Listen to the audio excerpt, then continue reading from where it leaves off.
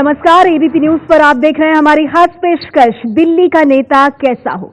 कहते हैं सियासत में एक हफ्ता या फिर एक घटना ही काफी होती है सियासी समीकरण को बदलने के लिए, बल्कि दिल्ली की तस्वीर तो यहां साफ होने में अभी 3 हफ्ते बाकी हैं और ऐसे में हर एक घटना, हर एक हलचल, सियासी हलचल दिल्ली के राजनीतिक पारे को बहुत ज्यादा बढ़ा रही है। और इस सबके बीच दिल्ली की जनता और दिल्ली के वोटर के मन में सिर्फ एक सवाल है कि दिल्ली का नेता कैसा हो, और उसी को देखते हुए दिल्ली की अगली सरकार भी बनेगी। तो इसी सवाल के साथ हम आज अपने इस कार्यक्रम की शुरुआत कर रहे हैं। हमारे साथ दिल्ली की सियासत के 3 कद्दावर नेता यहां मौजूद हैं। आम आदमी पार्टी से सौरभ भारद्वाज साहब हैं हमारे साथ, बीजेपी से आशीष सूद साहब हैं, कांग्रेस पार्टी से मीम अफजल साहब हैं हमारे साथ, और इसके साथ ही एक शानदार ऑडियंस हमारे साथ यहां पर मौजूद है। युवा जोश है, एनएसयूआई के छात्र यहां पर हैं, एबीवीपी के छात्र हमारे साथ मौजूद हैं, और इसके साथ ही आम आदमी पार्टी से जुड़े हुए युवा। इनके तीखे और कई सवाल होने वाले हैं यहां नेताओं से, और सबकी नजर इसी बात पर कि हर पार्टी अगर वो सत्ता में आती है तो दिल्ली के युवाओं को, दिल्ली की जनता को आखिर क्या देगी। तो सबसे पहले इस कार्यक्रम की शुरुआत करते हुए सौरभ भारद्वाज साहब, क्योंकि आज ये मुद्दा सबसे पहले और सबसे ज्यादा लोगों के दिमाग पे चढ़ा हुआ है कि दिल्ली का नेता आखिर कैसा हो, तो मैं आपसे जानना चाहूंगी 1 मिनट में ये बताएं आपकी पार्टी क्या सोचती है, दिल्ली का नेता कैसा होना चाहिए। मुझे लगता है दिल्ली का नेता दिल्ली का युवा होना चाहिए। वो आदमी होना चाहिए जो एक आम युवा है। हमारी पार्टी ने ऐसे बहुत सारे युवाओं को, 25 साल मिनिमम एज है इलेक्शन लड़ने की। 25 साल के प्रकाश झारवाल हमारे एमएलए बने, 25 साल की राखी बिरला हमारी एमएलए बनी, फिर मंत्री भी बनी। और ये ना तो किसी बड़ी फैमिली से आते हैं और ना ही किसी उद्योगपति के बच्चे हैं। आम लोग थे, आम बच्चे थे, आम युवा थे। हमारी पार्टी युवाओं से सिर्फ नारे नहीं लगवाती, उनको सत्ता में बराबरी की हक देती है। चलिए, तो आपने बड़ी उम्दा तरीके से अपनी बात रखी, नारे नहीं लगवाती, उनको सत्ता में भागीदारी देती है युवाओं को। आशीष सूद साहब, आपकी पार्टी कैसे अलग है, क्या सोचती है, दिल्ली का नेता कैसा होना चाहिए। दिल्ली का नेता डिसाइसिव होना चाहिए, उसकी पर्सनालिटी में निर्णायक नेतृत्व प्रदान करने की भूमिका होनी चाहिए, कायोटिक नहीं होना चाहिए, और वो ऐसे निर्णय करे, ऐसा नेतृत्व प्रदान करे जिससे दिल्ली का विकास एक स्मार्ट सिटी के रूप में, एक ऐसे राज्य के रूप में हो सके जो देश की राजधानी होने का गर्व कर सके। और जहां तक युवाओं का संदर्भ है, दिल्ली में आज दिल्ली के 7 एमपी देश में किन्हीं भी राजनीतिक मापदंडों के हिसाब से नौजवान हैं, और दिल्ली के चरित्र में ही दिल्ली के सभी चुने हुए प्रतिनिधियों में आप देखेंगे तो आयु वैसे ही बहुत कम रहती है। इसलिए निर्णायक छवि का डिसाइसिव लीडर आज दिल्ली का चाहिए। 1 मिनट में मीम अफजल साहब, आपसे कांग्रेस पार्टी का क्या विजन है, दिल्ली का नेता कैसा होना चाहिए। देखिए, तजुर्बा और जोश नौजवानों के पास होता है, तजुर्बा उनके पास होता है जिन्होंने एक्सपीरियंस पॉलिटिक्स को किया हो। मेरे नज़दीक ऐसा दिल्ली में नेता चाहिए जिसको सियासत और एडमिनिस्ट्रेशन का तजुर्बा हो और उसके अंदर जोश नौजवानों जैसा हो। और ऐसा एक नेता आपने देखा, कुछ दिन पहले हमने फ्लोट किया और उसका बड़ा ज़बरदस्त स्वागत पूरी दिल्ली में किया गया, यहाँ तक कि मीडिया ने भी उसका स्वागत किया है। तो मेरा ये कहना है कि जोश के साथ होश, आप अभी जो हमारे नौजवान बीजेपी, एबीपी और आप पार्टी के और हमारे एनएसयूआई के जो नौजवान बैठे हैं, ये देश की उम्मीद हैं। लेकिन जाहिर है कि ये नौजवान हैं, इनको एक्सपीरियंस भी ज़रूरी है। इनको जब लाएंगे और सिलसिलेवार इनको आगे बढ़ाएंगे तो इनका एक्सपीरियंस भी बढ़ेगा और इनका जोश भी काम आएगा। तो जोश और होश दोनों होंगे और उसके साथ एक एक्सपीरियंस होगा, तो हमें समझते हैं कि दिल्ली के अंदर ज़्यादा से ज़्यादा तरक्की होगी जी, और हुई भी है पहले, और आने वाले वक्त में भी हम ये चाहेंगे कि वो दिल्ली की जो तरक्की रुक गई है पिछले 8 महीने 10 महीने में, उसको दोबारा से जारी किया जा सके। चलिए, आप तीनों ने रखा है ये बात अपने सामने कि दिल्ली का नेता कुछ ऐसा होना चाहिए आप लोगों की पार्टी के हिसाब से। अब मैं जल्दी से कुछ सवाल लेना चाहूंगी जी। सर आशीष सर, ये अभी से आपका सवाल, ये बीजेपी जी, आशीष सूद साहब। आशीष सूद साहब, सर मैं ये कहना चाह रहा हूँ, क्या मोदी जी का चेहरा फीका पड़ गया है जो उन्हें किरण जी का सहारा लेना पड़ रहा है हाल ही के चुनावों में। अगर हाल ही हुए लोकसभा चुनावों के नतीजे देखें तो उसकी चमक इतनी जल्दी दिल्ली में किसी को राजनीतिक रूप से जो सक्रिय है उसे फीकी दिखनी नहीं चाहिए। वो अभी सहलाते सहलाते बहुत समय लगेगा। देश में सर्वमान्य सबसे ज्यादा लोकप्रिय नेता नरेंद्र मोदी हैं, ये सत्य किसी से छुपा नहीं है। उनकी विकास उन्मुखी नीतियों के चलते आज तमाम तरह के लोग, तमाम सोच पे चलने वाले लोग अपने विचार को बदलकर उन विकास उन्मुखी नीतियों की छतरी के नीचे आ रहे हैं, तो इसमें किसी को ऐतराज नहीं है। जो श्री नरेंद्र मोदी की विकास उन्मुखी सोच के साथ, राष्ट्रवादी विचार के साथ चलने के लिए तैयार है, वो हमारे साथ आए, और जो हमारे साथ आएगा वो देश को विकास की राह पे ले जाने के लिए जो तैयार है उसका हम स्वागत भी करेंगे। चलिए ठीक है, इस पर आगे हम और चर्चा करेंगे, लेकिन कुछ और सवाल पहले लेते हैं। जी, आपका सवाल। मेरा सवाल श्री मीम अफजल सर से है कि सर, आप जिस युवा और जोश की बात करते हैं, दिल्ली की जनता ने 15 साल आपको पर्याप्त समय दे दिया है, लेकिन क्या इन 15 सालों में आपकी सरकार यहाँ के शिक्षा के स्तर को सुधार पाई?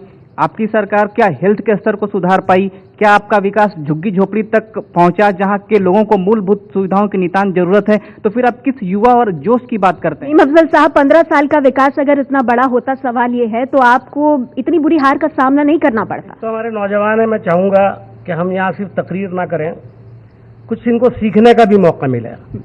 जैसे मैं आपको बताऊँ, आप 15 साल की बात करते हैं, 5 साल का चुनाव हुआ, उसके बाद हमको दोबारा से मैंडेट मिला, फिर 5 साल के बाद हमने जो काम किया उस पर हमको आगे मैंडेट मिला।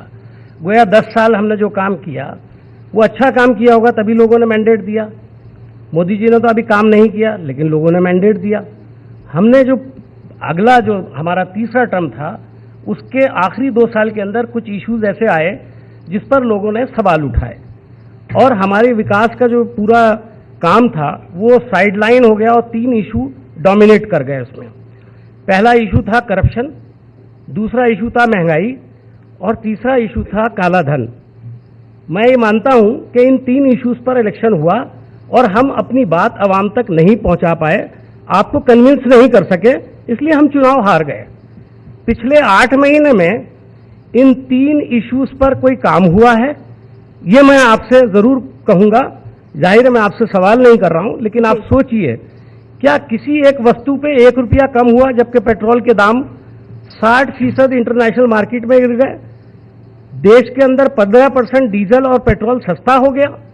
तो कार इस्तेमाल करने वाले के लिए तो फायदा हो गया, लेकिन आम आदमी को जो ये दाम गिरने की वजह से महंगाई कम होनी चाहिए थी, जो रोजमर्रा की चीजों पर दाम करने होने चाहिए थे, उसमें आप मुझे बताएं कि पिछले 100 दिन की सरकार जो गुजर गया, 100 दिन, 100 पैसे किसी चीज पर, एक वस्तु पर कम हुए हैं। जो आप बैठे हुए हैं, आप शर्ट पहने हुए हैं, हाथ में आपके फाइल है, कागज हैं, आप एक जूता पहने हुए हैं, आपकी जेब में एक पेन लगा हुआ है। घर पे जाइए तो पूछिए मम्मा से कि दाल जो आ रही है उसमें 1 रुपया किसी चीज पर कम हुआ, या किसी सब्जी के दाम, सर्दियों में सस्ती होती है सब्जी, पूरा देश जानता है, लेकिन आज भी सब्जियों के दाम आसमान को छू रहे हैं। अफजल साहब, बहुत ज्यादा दूर जाने की जरूरत नहीं है, आशीष साहब मौजूद है, मैं चाहती हूँ कि तो छोटा सा काउंटर है हाँ। कि इस पर दुनिया, दूसरी बात, 2 करप्शन, आप कहते हैं ये बात सही है कि अभी करप्शन का कोई घोटाला नई सरकार का नहीं आया सामने, हाँ। लेकिन क्या समाज में करप्शन को रोकने के लिए इनकी सरकार ने कोई काम किया, कोई एक्शन लिया? क्या करप्शन खत्म हो गया? और तीसरा, क्या काला धन जो 15 लाख रुपए हर हिंदुस्तानी के बैंक अकाउंट में आने थे, उसकी पहली किस्त 3 लाख बहुत सारे सवाल है दिल्ली के लोगों के, मैं चाहती हूँ कि हम अपने मुख्य मुद्दे पर आए, लेकिन उससे पहले मैं काउंटर ले लूं, क्योंकि आपने कई गंभीर सवाल उठाए। आशीष जी, बहुत संक्षेप में इस पर क्या टिप्पणी आप देना चाहेंगे? बदला कुछ जमीनी स्तर पर। एक कहावत होती थी, ये मूंग और मसूर की दाल। इनके समय में मसूर की दाल का भाव क्या था, आज क्या था, तो इनके वक्तव्य तथ्यात्मक रूप से गलत होगा। और इंटरनेशनल मार्केट में क्या केवल इन्हीं 5 महीनों में या 6 महीनों में पेट्रोल और डीजल के दाम कम हुए हैं? इनका कहना है कि इनके 10 वर्ष के शासनकाल में इंटरनेशनल मार्केट में कभी पेट्रोल डीजल के दाम कम नहीं हुए। अगर वो कम हुए, महंगाई सुरसा की पूंछ की तरह बढ़ती चली गई, और क्या वो कमी आम जनता के पास ट्रांसफर हुई थी जैसे मोदी के राज में हुई है। 12-12 रुपए तक आज पेट्रोल और डीजल के दाम कम दिखते हैं लोगों को, 7 बार कम हुए इंटरनेशनल मार्केट में, लेकिन क्या ये वो कदम है जिनके चलते बीजेपी की झोली में वोट आएंगे? गलत नीतियों के चलते इंटरनेशनल मार्केट से एक बार फिर से दिल्ली की सियासत का रुख करें। $18 से हाँ। $50 पर बैरल आज हो गया है, मुसलसल 8 महीने में कमी हुई है।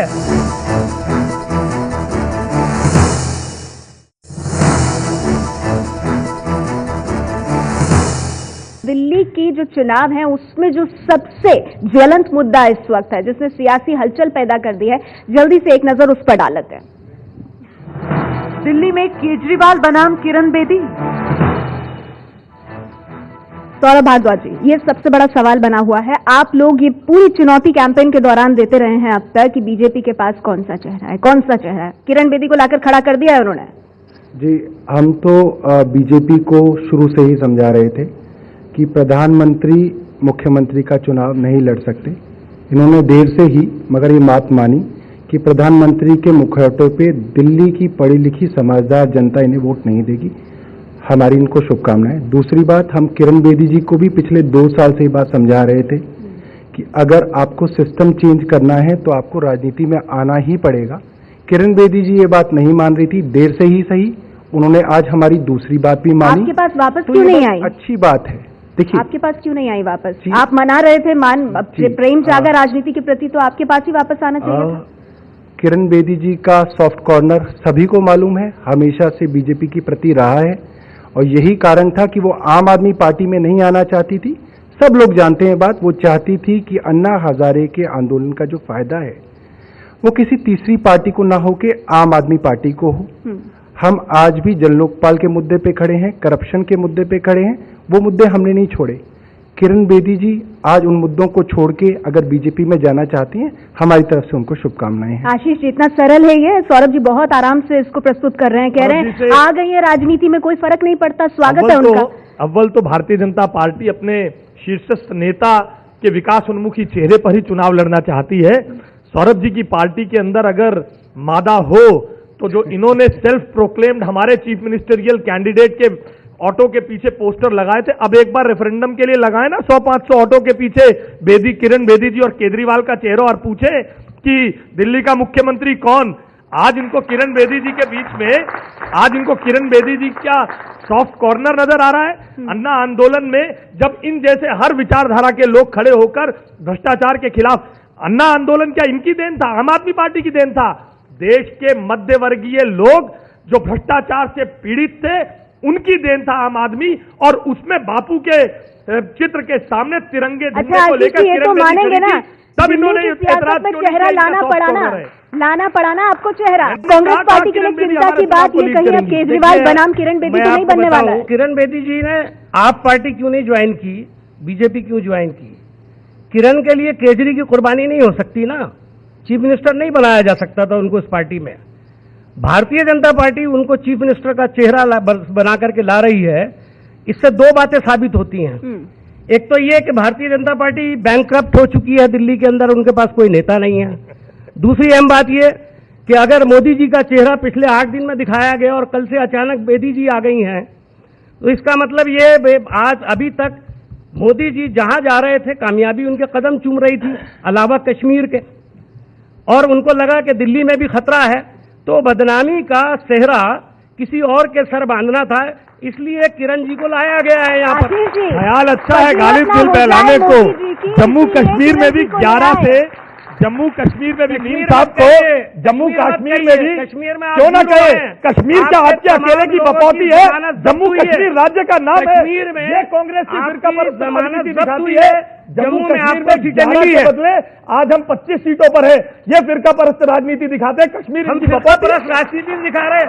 आपकी फिरका परस्ती की वजह से कश्मीर में आपको सीट नहीं मिली। आपको क्या मिला? आप तो सरकार चला रहे थे। सवाल आपके लिए, सुन लीजिए, वो हल्ले में कहीं गायब ना हो जाए, सुन लीजिए। मेरा सवाल आशीष जी से है। जैसे अभी कुछ दिन पहले मोदी जी ने दिल्ली में रैली किया और उन्होंने कहा कि जो लोग अनशन करते हैं, आंदोलन करते हैं, वो नक्सल हैं, उन्हें जंगल जाना चाहिए। तो क्या मोदी जी ने गुजरात के सीएम रहते हुए अनशन नहीं किया था? किरण बेदी ने अनशन नहीं किया था? क्या आपके विजय गोयल जी ने अनशन नहीं किया था? तो क्या उन्हें भी जंगल भेजना चाहिए क्या? किरण बेदी हमने का ये चेहरा है कहा, आपका। मैं जवाब देता हूं, मैं जवाब देता हूं, मुझे जवाब देने दीजिए। जंगल में घर अनशन बनवा रहे करने हैं। के लिए नहीं कहा, ये कहा कि जो स्वयं को अराजकतावादी कहते हैं उनको नक्सलियों के साथ मिल जाना चाहिए। क्या है मेरे मित्र, ये तथ्य नहीं है?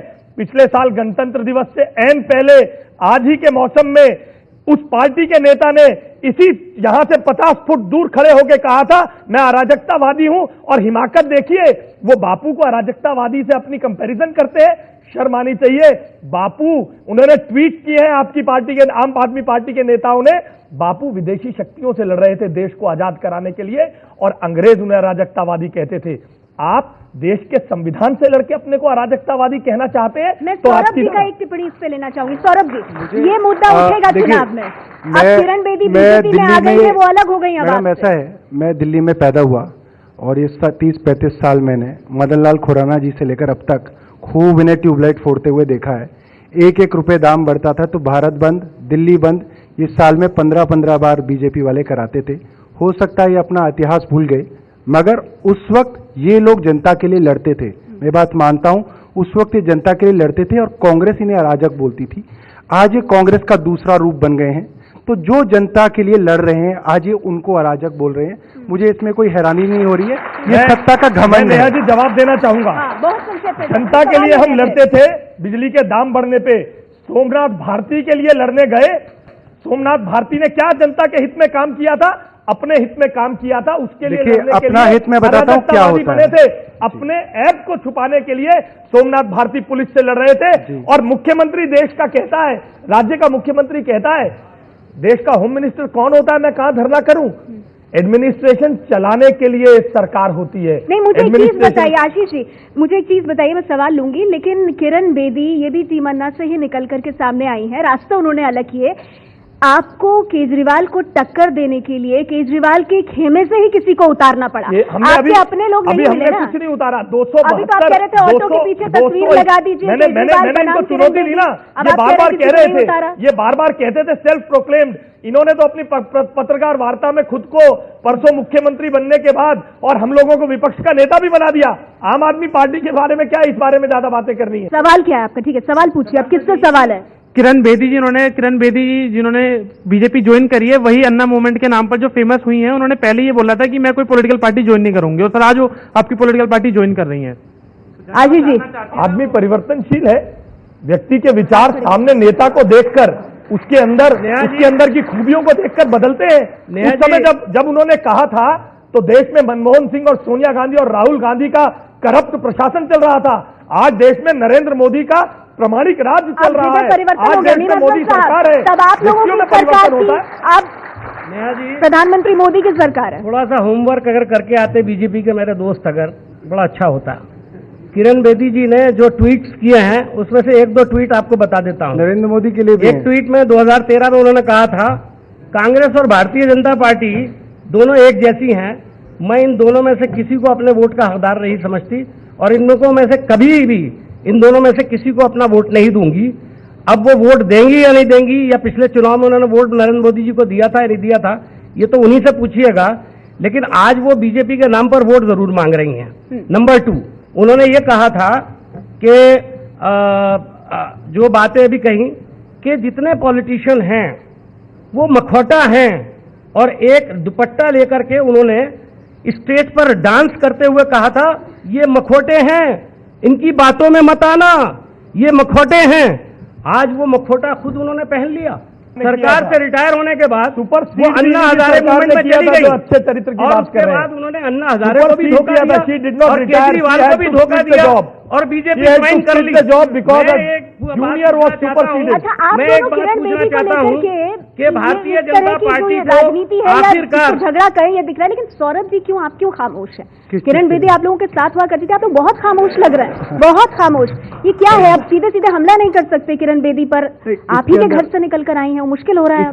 इसके अंदर लिहाजदारी है, थोड़ी देर से जाएगी। इसके अंदर हमले की बात नहीं। आपकी चली गई जल्दी 8-10 महीने में। इसके अंदर देखिए, हमारी लिहाजदारी उनसे नहीं थी, अरे हमारे तो खिलाफ थी वो हमेशा। सरकार चलाई थी, वो हमारे खिलाफ थी।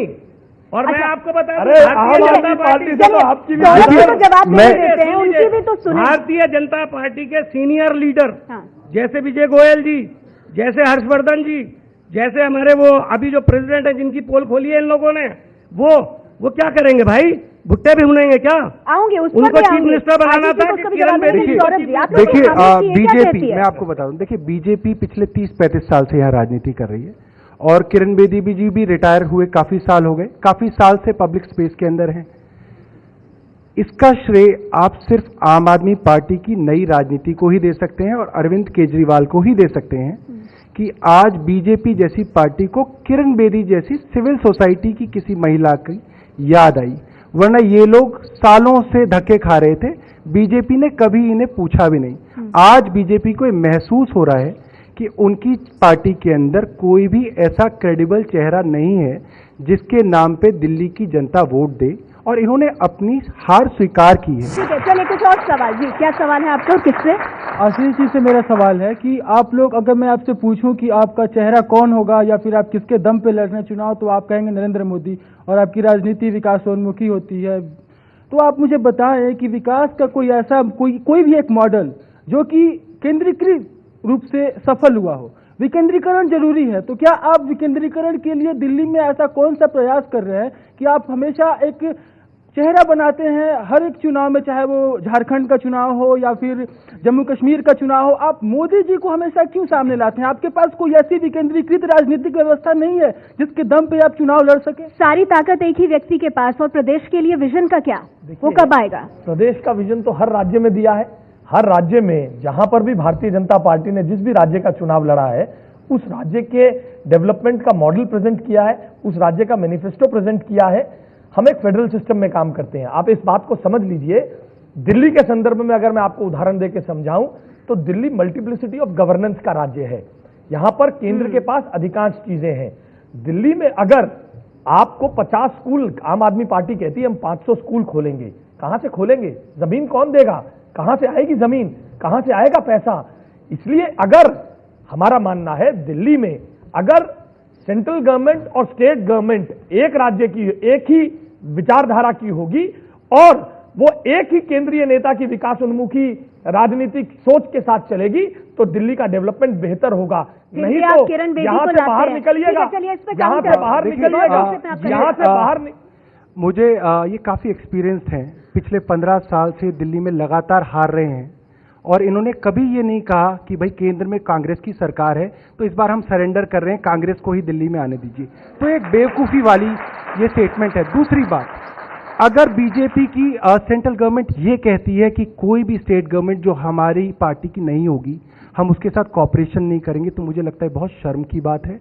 इनको ऐसा नहीं कहना चाहिए, इससे ये अपनी पार्टी की और नरेंद्र मोदी की छवि खराब कर रहे हैं। इनको ये कहना चाहिए कि किसी की भी गवर्नमेंट बने, किसी भी सरकार का सरकार आए, चाहे वो कोई भी पार्टी हो, हम उसके साथ कॉपरेट करेंगे, क्योंकि ये खैरात नहीं है, ये हक है, हर राज्य का हक है कि केंद्र से उसको मदद मिले। जो सरकार करना चाहूंगा, सरकार चलाने वाला मुख्यमंत्री अगर ये खड़ा होकर ये कहे कि देश का गृह मंत्री कौन होता है, इनको सोच लेना चाहिए। इन्होंने जो शब्द प्रयोग किए इनको कहां पर लागू होते हैं वे शब्द। लेकिन सौरभ जी, अभी सबसे बड़ी चुनौती आप लोगों के सामने इस वक्त दिल्ली की राजनीति में क्या है, चुनाव से ठीक पहले उस पर एक नजर डालते हैं। किरण बेदी से घबरा गए हैं केजरीवाल। सौरभ जी, किरण बेदी अब मैदान में हैं, तो क्या कितनी चिंता, कितना डर है? जयचंद से तुलना, जयचंद से तुलना कर दी। कुमार विश्वास साहब ने कहा कि घर के भेदी होते हैं जो हमें हराते हैं। मैं आपको बहुत बेसिक, देखिए किसी व्यक्ति के ऊपर हमला ना करते हुए हम विचारधारा की बात करते हैं। अन्ना हजारे का आंदोलन किस चीज के लिए था? ट्रांसपेरेंसी के लिए था, एंटी करप्शन के लिए था, जन लोकपाल के लिए था। अगर ये तीनों चीजें हमारी पार्टी में दिखती हैं और किरण बेदी जी इसके बावजूद उस पार्टी में जाती हैं जो जन लोकपाल कानून नहीं लाई, काला धन नहीं लाई, करप्शन के खिलाफ उसने कुछ नहीं किया, तो मुझे लगता है किरण बेदी जी अपने रास्ते से भटक रही हैं। हम आज भी उसी चीज पे खड़े हैं, उसी आइडियोलॉजी पे खड़े हैं। मुझे एक चीज बताइए, नया जी एक सवाल प्रति प्रश्न पूछिए। पिछले 11 महीने में जब से सरकार छोड़ी है, जन लोकपाल के लिए एक वर्कशॉप, एक सड़क पे लड़ाई, एक प्रतिवेदन, एक मेमोरेंडम कभी दिया? जन लोकपाल की लड़ाई, जन लोकपाल की लड़ाई जितनी सड़क पे लड़ी जा सकती थी लड़ी जा चुकी है। अब हम दिल्ली विधानसभा में आके जन लोकपाल कानून लाएंगे। लोकपाल क्या वो दिल्ली लाएंगे। विधान- ये जो दिल्ली विधानसभा के चुनाव की आप बात कर रहे हैं, एक मिनट लोकपाल क्या दिल्ली विधानसभा बना सकती है? ये सवाल और है। सौरभ भारद्वाज जी, अभी सवाल ये है कि अब देखिए अब किस तरह की लड़ाई होने वाली है दिल्ली की सियासत में। एक तरफ केजरीवाल और दूसरी तरफ पूरा मूड लग रहा है बीजेपी का किरण बेदी को खड़ा करने का। तो ये क्या मामला हो रहा है? ये हो रहा है अब IIT versus IIT, India against corruption versus India against corruption, Ramon Magsaysay versus Ramon Magsaysay award, civil services versus civil services. आप समझ रहे हैं, कांटे की टक्कर है। अब केजरीवाल ये नहीं कह सकते उधर नेतृत्व नहीं, उधर चेहरा नहीं, उधर एजेंडा नहीं। किरण बेदी तो कह रही है मुझे काम करना भी आता है, करवाना भी आता है। आपके साथ जुड़ी होती तो सुर शायद अलग होता है आपके। जितने भी लोग उस वक्त जन लोकपाल के लिए जुड़े हुए थे, अन्ना हजारे के आंदोलन से जुड़े हुए थे, आप ये सर्वे करा के देख सकते हैं। मुझे लग रहा है 90 से 95% लोग आज आम आदमी पार्टी के साथ जुड़े हैं। किरण बेदी के साथ मुझे नहीं लगता 1% भी लोग उस आंदोलन से जुड़े हुए लोग किरण बेदी के साथ आए हैं। तो किरण बेदी, अरविंद केजरीवाल, ये सब सिर्फ मुखौटे हैं। देखिए आप इस बात को समझिए, अरविंद केजरीवाल भी अगर जब केजरीवाल बनाम मुखी चल रहा था तब कोई मुखौटा नहीं था। अरविंद केजरीवाल इसीलिए है क्योंकि वो एक आइडियोलॉजी के साथ जुड़े हुए हैं। अरविंद केजरीवाल अगर एंटी करप्शन छोड़ देते हैं, जन लोकपाल छोड़ देते हैं, तो अरविंद केजरीवाल के साथ ये लोग नहीं होंगे। अरविंद केजरीवाल के साथ ये लोग इसीलिए हैं क्योंकि वो आइडियोलॉजी जिसकी रामलीला मैदान से हमने शुरुआत की, वो आइडियोलॉजी के साथ अरविंद केजरीवाल, कुमार विश्वास मुझे ऐसा क्यों लग रहा है कि यहाँ पर सौरभ भारद्वाज जी पूरी कोशिश कर रहे हैं कि ये बार बार केजरीवाल बनाम किरण बेदी पर ना आए, वो बार बार इसे अन्ना आंदोलन जन लोकपाल की तरफ ले जा रहे हैं। आप भी ऐसे ही महसूस कर रहे हैं? ये इसको मैं एक साजिश कहता हूँ जो काफी दिन से चल रही है कि दिल्ली के इलेक्शन में ये शो करें कि दो ही पार्टियों के बीच में चुनाव है, हम तो कहीं है ही नहीं। तो मेरा ख्याल है उनकी कोशिश नाकाम होगी। दिल्ली के लोग आज सोच रहे हैं कि जो वादे किए गए थे वो पूरे क्यों नहीं हो रहे हैं। मैं ये नहीं कह रहा हूँ कि अभी एकदम से इनके खिलाफ माहौल बन गया है, लेकिन उसकी शुरुआत हो चुकी है। ज़्यादा वक्त नहीं लगेगा, आप देखेंगे। दूसरी अहम बात मैं बताऊँ, मेरे एक नौजवान साथी ने कहा था आपने एजुकेशन के लिए क्या किया। उनकी इत्तला के लिए 2-3 बातें अर्ज करता हूँ। पहला तो हेल्थ एजुकेशन में 11,000 करोड़ रुपया पिछले साल के मुकाबले में कम कर दिया गया है। हेल्थ में चाहे 6,500 करोड़ रुपया कम किया गया है। और रूरल डेवलपमेंट के अंदर, जिसके अंदर मनरेगा जैसी स्कीम है जिसमें गरीब लोगों को रोजगार मिलता है, 26,000 करोड़ से घटा करके 16,000 करोड़ और ओवरऑल 15,000 करोड़ रुपया, यानी 10,000 सिर्फ मनरेगा में और 15,000। और डिफेंस के अंदर, जिसका बड़ा चर्चा करते हैं बीजेपी के लोग कि देश की सुरक्षा से बड़ा कोई सवाल नहीं है, 13,000 करोड़ रुपया उसमें भी कम कर दिया गया। तो अगर आप बहुत पैसे कमा रहे हैं तेल के अंदर, इतना प्रॉफिट 60% आप ले जा रहे हो, 15% आवाम को दे रहे हो, 45% पैसा कहाँ जा रहा है? 10 साल तो उसको इनमें डालना चाहिए था ना। ये वो सरकार कह रही है, ये उस पार्टी का प्रवक्ता कह रहा है जिसने 10 साल में एक भी डिफेंस डील मैच्योर नहीं होने दी, जिसने एक जहाज, एक टैंक, एक बंदूक नहीं खरीदने दी। यही इल्जाम लगाया। वो कहते हैं, और हमारे पास उस वक्त हमने कहा बड़े शर्म की बात है, देश की फौजों के साथ बिल्कुल जरूरत अच्छा चलिए, सीमा की फौजों से लौट कर एक बार फिर दिल्ली की सियासत पे आते हैं। आप लोगों को वापस लाना पड़ता है, राजनेता हमारे कई बार भटक जाते हैं। एक मिनट, एक और सवाल जनता के बीच में से, लोगों के बीच में से सवाल। हाँ, पिछली गवर्नमेंट के साथ इसमें कांग्रेस और आप दोनों साथ में थे, फिर 49 दिन में केजरीवाल ने रिजाइन क्यों दिया? उस साथ इसमें तो दोनों साथ ही थे।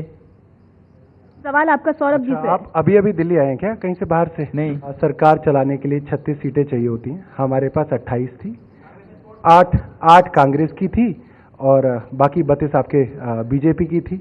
जब जन लोकपाल का मुद्दा आया, जिस जन लोकपाल से किरण बेदी भी आती हैं, अरविंद केजरीवाल भी आते हैं, जब वो मुद्दा असेंबली के अंदर आया, वो रिकॉर्ड पे है आज भी, ये दोनों भाई एक हो गए और बोले हम 40 हैं और तुम 28 हो, ठीक है, और ये एक हो गए थे। आज उसी जन लोकपाल आंदोलन से निकली हुई किरण बेदी को ये अपना नेता बना रहे हैं। मुझे नहीं लगता है क्या करेंगे जन लोकपाल के साथ, मगर ये देखिए ये आप लोगों के साथ क्या कर रहे हैं। दोनों एक सवाल और आशीष फिर आऊंगी, ये विषय बड़ा महत्वपूर्ण है। एक मिनट, एक सवाल ले लें। मैं आशीष सूद जी से पूछना चाहूंगा। अब नरेंद्र मोदी साहब कह रहे हैं कि जो अराजक हैं, जो धरना करते हैं, उन्हें जंगल में भेज देना चाहिए। क्या उन्हें तो अंटिलिया में जाना चाहिए? मतलब कि वो सरकार भूमि अधिग्रहण ला रही है उद्योगपतियों के लिए, मतलब कि धरना करने वाले अंटिलिया में हो, जो अंबानी का घर हो, तो जंगल में रहने वाले आदमी नहीं है, वो भारतवासी नहीं है। Ashish ji, I have already answered this. बार बार किरण बेदी का यहाँ पे जिक्र हो रहा है कि किरण बेदी ने भी धरने किए, जो अब आपकी पार्टी में आ गई तो रूपरेखा बदल गई, फिर कुछ हमने डेफिनेशन बदल जाती है। हमने बार बार कहा है, जो स्वयं को खड़े होकर कानून हाथ में लेकर गर्व करते हैं और खुद कहते हैं मैं तो अराजकतावादी हूं, हमने उसके संदर्भ में माननीय प्रधानमंत्री ने वो टिप्पणी की है। एक चीज बताइए, आप किरण बेदी को अब इतनी अच्छी तरह से जान रहे हैं, उनके बारे में इतना कुछ आप बता रहे हैं, आपको याद होगा 2013 में एक ट्वीट उन्होंने किया था जिसमें उन्होंने कहा था कि 2002 में गुजरात में जो दंगे हुए उससे लेकर के नरेंद्र मोदी को जवाब देना होगा। मैंने तो पहले उन्हें कहा, पार्टी में लेते वक्त आपने पूछा उनकी सोच बदली है, जवाब मिल गया उनको? मैंने पहले कहा व्यक्ति परिवर्तनशील होता है, व्यक्ति कई चीजों में विचार, जब नई नीतियां आती हैं, जब देश में नरेंद्र मोदी की परफॉर्मेंस देखने के बाद सैकड़ों लोगों का मत बदल रहा है, सैकड़ों लोगों के मत बदल रहे हैं। शाजिया इल्मी को छोड़कर हमारी पार्टी में आ रही है। प्रेरणा परिवर्तन क्यों आया वो तो मैं पहले ही बता चुका हूँ। चीफ मिनिस्ट्री का जो गाजर है वो बड़ी टेस्टी होती है, उसके लिए वो आई हैं। और जहाँ तक दूसरी बात और बता दूं मैं कि अगर हमारे भाई यहाँ ये ऐलान कर दें कि किरण बेदी जी किसी भी हाल में, बल्कि किरण मोदी जी, सही कहा से जवान लड़खड़ा रही है मीम साहब, कोई बात नहीं, कोई वो सही बात निकल गई। किरण मोदी जी समय में भारतीय जनता पार्टी के चुनाव प्रचार की मेरा ख्याल है बात पूरी करने दें, वरना फिर मैं आपको टूकूंगा तो परेशानी होगी। बोलिए। किरण मोदी जी जिनको अभी इन्होंने फरमाया तो किरण मोदी जी के बारे में बीजेपी सिर्फ इतना सा ऐलान कर दे कि हम उन्हें चीफ मिनिस्टर नहीं बनाएंगे, और शाजिया इल्मी के लिए ये ऐलान कर दें कि उन्हें चुनाव नहीं लड़ाएंगे, वो चुनाव लड़वाएंगी, तो मैं देखता हूं दोनों कितनी देर रहते हैं भारतीय जनता पार्टी के। अच्छा मीम अफजल साहब, ये कहा जाता है आमतौर पर कि कांग्रेस पार्टी की क्या ऐसी स्थिति है दिल्ली में कि अभी अरविंद केजरीवाल या फिर बीजेपी को क्रिटिसाइज करने के सिवा आप लोग ज्यादा कुछ कर नहीं सकते। अगला सवाल हमारा उसी से जुड़ा है, एक नजर उस पर डाल लेते हैं। कांग्रेस माकन के सहारे कितनी सीटें ला पाएगी? मीम अफजल साहब, जिस चेहरे की आप बात कर रहे थे, अजय माकन साहब, जिनको आपने उतारा है अब चुनावी मैदान में, सरकार बनेगी ये सवाल तो मैं वहां तक तो बिल्कुल ही नहीं जाऊंगी, लेकिन साख बचा पाएंगे? देखिए, आपने ये सवाल शुरू में किया था जब मैंने आपसे कहा था कि जोश और होश वो माकन जी में है। मैं आपको सिर्फ ये कहना चाहता हूँ, सबसे पहले तो मैं आपको मुबारकबाद देता हूँ। दिल्ली में बहुत सारे मीडिया चैनल्स कांग्रेस को कहीं दिखाई नहीं रहे, जब जिक्र होता है तो दो ही नाम आते हैं सामने। कम से कम एक नाम आज आपने लिया जो जरूरी था, तो मुझे शुक्रगुजार होना चाहिए कि आप कांग्रेस को कम से कम रेस में आप समझने लगे हैं। पहले तो कुछ लोगों ने ये तय कर रखा था कि हम करेंगे ही नहीं है। सवाल ये जनता क्या सोचती है? और 2 दिन से शुरू हुआ है, जब से माकन जी सामने आए हैं, तो कम से कम कुछ चेहमों को सीटों का अंदाजा लगाना चाहेंगे मीम अफजल साहब? सीटों का अंदाजा लगाना चाहेंगे कितनी? देखिए, सीटों का अंदाजा तो ये भी नहीं लगा सकते, वो भी नहीं लगा सकते। नहीं, वो तो पूर्ण बहुमत बोल रहे हैं। झूठ बोलने के आदी नहीं है, सरकार बोल रहे हैं। हम झूठ बोलने के आदी नहीं है। माकन साहब हम झूठ बोलने के आदी नहीं है। हम चुनाव हारे हैं और आपके मुख्यमंत्री पद के दावेदार माकन साहब है नहीं। थोड़ा हमारा भी ज्ञानवर्धन कर लें कि आपका मुख्यमंत्री कौन है। क्यों बार बार शुरू से तो यही पूछ रहे हैं? आपने कहा माकन साहब के सहारे लड़ेंगे, बता दीजिए आप। सीनियर लोग जो हैं आपके, हमारे सब सीनियर लोग तो लोकसभा में है, धरना प्रदर्शन, हमारे सब लोग तो लोकसभा में है। विजय गोयल जी जिनका आप नाम ले रहे हैं वो राज्यसभा में है, हर्षवर्धन जी लोकसभा में है, केंद्र सरकार में मंत्री है। आप कह रहे हैं माकन साहब के सहारे, और जो यहाँ दिल्ली में उन पर बिजली की गाज आम आदमी पार्टी ने गिराई, तो एक नया चेहरा किरण बेदी आया। चलिए कुछ सवाल तय करेंगे और हम अभी बता दें। चलिए सवाल कुछ ले लें। आपने चेहरा किस लिए बनाया है? चेहरा आपने किसके लिए? आपके पास तो चेहरा ही मेरा नहीं, सवाल आपसे है, लोकसभा चुनाव से पहले आपने जो काले धन, भ्रष्टाचार, महंगाई और सुभाष चंद्र बोस जैसे मुद्दों पे जो आपने वादे किए थे, तो उस पे आपका यू टर्न देखने को मिलता है। तो क्या विधानसभा चुनाव से पहले जो आपने वादा हम दिल्ली वाले लोगों के साथ किया है, तो क्या आप उस पे खड़ा उतर पाएंगे या फिर वही यू टर्न आपका इस बार भी देखने को मिलेगा? देखिए, भारतीय जनता पार्टी का कन्विक्शन है देश का काला धन जो विदेशी बैंकों में वापस आना चाहिए। पिछले 10 सालों में और उससे पहले 67 सालों में देश की किन्हीं सरकारों ने उसके लिए जो अंतर्राष्ट्रीय ट्रीटीज और अंतर्राष्ट्रीय कानूनों के साथ मिलकर जो चीजें प्रावधान तय किए जाने चाहिए, तो उसमें कोई काम नहीं किया। हमने इस बात का ऐलान किया है कि हम उन प्रावधानों को बदलकर उन ट्रीटीज को लेकर आएंगे। इन्होंने क्या किया? ये वो बोले, छाननी भी बोले जिसमें 30,000 थे। हम वो सब हम वो सब कब आएगा? हम बहुत जल्द, नीम साहब बहुत जल्द आएगा और पहली किस्त आप ही के खाते में दिलाऊंगा। आप ही की पार्टी तो बाहर ले गई थी, मैं पूछना चाह रहा हूँ, आप ही के खाते में लाएंगे पहली किस्त। आप अगर है तो अच्छा चलिए ठीक है, काले धन आप ये कहना चाहते हैं कि देशों में, विदेशी देशों में काला धन नहीं है? आप ये प्रश्न कह रहे हैं बाहर है, आप ये कहना चाहते हैं विदेशों में काला धन नहीं है? आप ये कहना चाहते हैं विदेशों में काला धन नहीं है? आप ये कहना चाहते हैं विदेशों में काला धन नहीं है? आपने बड़ी अजीब सी बात है। ये कहते हैं अगर है तो इनके मतलब से कांग्रेस तो ये कहना चाहती है कि विदेशों में काला धन है नहीं। पहले तो लग रहा है कि आशीष जी के अंदर काफी उत्तेजना है। दूसरी बात ये मैं पूछना चाहूंगा, अभी साक्षी महाराज जी ने और इसके बाद आपकी साध्वी प्राची ने दोनों ने ये कहा कि 4-4 बच्चे पैदा करने चाहिए। आप ये बताइए, आप नहीं क्यों नहीं, ये प्रश्न नहीं है, मतलब आप इतने हल्के में ले रहे हैं, आप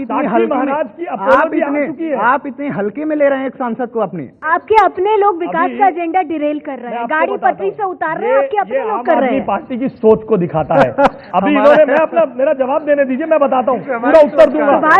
अभी इन्होंने कहा, अच्छा देखिए साक्षी महाराज इनके सांसद और सोच हमारी है, बताता हूँ क्या बात हुई, क्योंकि उन्होंने जो शब्द इस्तेमाल किए, पहले सौरभ ने शब्द इस्तेमाल किए सिविल सोसाइटी की, सिविल सोसाइटी की महिला है श्रीमती किरण बेदी। अब इन्होंने जो शब्द इस्तेमाल किए मैं दोहराना नहीं चाहता हूं, ये एक छोटी मानसिकता को दिखाते हैं। साक्षी महाराज ने अपने गलत बयान की पार्टी के केंद्रीय नेतृत्व से और जनता से माफी मांगी है, और हम उसके लिए साक्षी महाराज को, उसके लिए पार्टी के सीनियर लोगों ने प्रश्न किया। फिर भी लोग चुप नहीं होते, साध्वी प्राची उसके बाद बोलती और अड़ी रहती है। नहीं, उसके ऊपर क्या करे नेतृत्व आपका?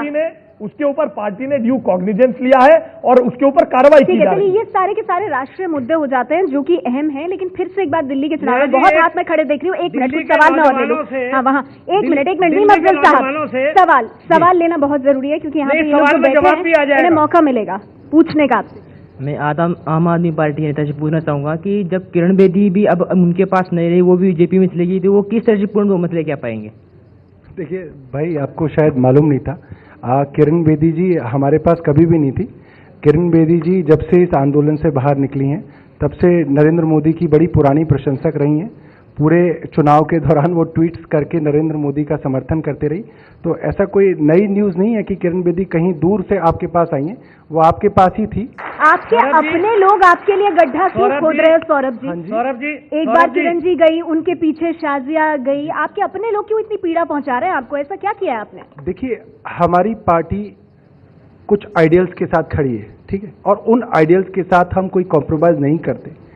जो लोग उसके साथ कोप अप नहीं कर पाते, या तो वो पार्टी से निकाले जाते हैं या वो पार्टी छोड़ देते हैं। चलिए ठीक है, वक्त मेरे पास कम है, इसलिए संक्षेप में अब आपकी टिप्पणी आशीष जी चाहूंगी। पूरी दिल्ली में पोस्टर पटे हुए हैं कि दिल्ली का विकास अगर आप चाहते हैं चलो चले मोदी के साथ, तो ये चलो चले बेदी के साथ कब होगा? देखिए, इसके संदर्भ में तो पार्टी का केंद्रीय नेतृत्व निर्णय करेगा, मगर जिस डस्टबिन की इन्होंने बात की, उस डस्टबिन ने अभी आम आदमी पार्टी को लोकसभा चुनाव में 2-2 लाख मतों से करारी हार दी है। जनता के मैंडेट को, इतिहास है, बहुत सारे डस्टबिनों ने मार ये सोच दिखाती है, ये सोच दिखाती है कि जनता के डिसाइसिव मैंडेट को देश के मुख्य दल को, लंबा डायलॉग, बहुत लंबा डायलॉग करो इसको, जो ये कहते हैं, बहुत लंबा डायलॉग बनाओ हिंदी का, और लंबा डायलॉग बनाओ। अच्छा, मेरे पास बहुत कम वक्त है। मीम अफजल साहब, इस हाई वोल्टेज राजनीति में जहां केजरीवाल और किरण बेदी जो है वो सुर्खियां बटोर रहे हैं, क्या शीला दीक्षित के 15 साल जिस पर आप फिर वोट मांगने जा रहे हैं वो अतीत का हिस्सा हो गए हैं? देखिए, अतीत का हिस्सा कभी भी कुछ नहीं होता है। हमने जो काम किए हैं पब्लिक आज इसको रियलाइज कर रही है। हमारे जमाने में कुछ नहीं हुआ। देखिए, अगर आप बोलेंगे तो ये गलत बात है बिल्कुल। मैं जब आप बोलते हैं मैं आपको नहीं टोकता। आपने भी बहुत बार बोला। नहीं, मैं आपको बात पूरी करने दीजिए। आप मुझे बात आप बीच में टोकेंगे तो, अगर आप टोकेंगे तो फिर ये बहस नहीं हो पाएगी। अफजल साहब अपनी बात रखिए। मैं ये कहूंगा कि हमने जो काम किया आज दिल्ली की जनता उसको रियलाइज कर रही है। यहाँ सारे नौजवान बैठे हुए हैं। इन नौजवानों से जुड़ा हुआ एक सवाल है जो मैं इन सबसे पूछ रहा हूँ, चाहे वो ABVP में हो, चाहे NSUI में हो, चाहे आप पार्टी में हो। इनको एक ही तमन्ना थी कि जब ये कॉलेजों से निकल करके जाएं तो इनको रोजगार मिले।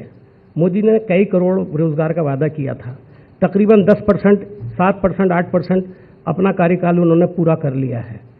मैं ये पूछना चाहता हूँ कि क्या नौजवानों को एक भी रोजगार मिला गवर्नमेंट की किसी स्कीम के तहत जो मोदी जी ने शुरू की हो? अगर एक भी रोजगार मिला हो तो वो नौजवान हाथ उठा करके मुझे बता दें कि ये रोजगार मिला है, मैं उसको सलाम करना चाहूँगा। चलिए, हाथ तो बाद में उठाएंगे, लेकिन वोट की ताकत जो है वो बहुत जल्दी दिखाई देने वाली है। मेरे पास मजबूरी है, वक्त इतना ही। बहुत बहुत शुक्रिया आप सभी मेहमानों का हमारे साथ जुड़ने के लिए और इस ऑडियंस का भी ये सवाल रखने के लिए। लेकिन सबसे बड़ा सवाल बना हुआ है, तकरीबन 3 हफ्ते का समय, 10 फरवरी को नतीजे आने हैं, 7 को वोटिंग है और तब तक ये सवाल सबसे बड़ा बना रहेगा, दिल्ली का नेता आखिर कैसा हो। हर पार्टी दिल्ली के युवा के लिए और दिल्ली की जनता के लिए क्या कुछ दे सकती है, उसी पर दिल्ली की जनता वोट करने वाली है। शुक्रिया आपका ये प्रोग्राम देखने के लिए। एबीपी न्यूज पर खबरें जारी हैं।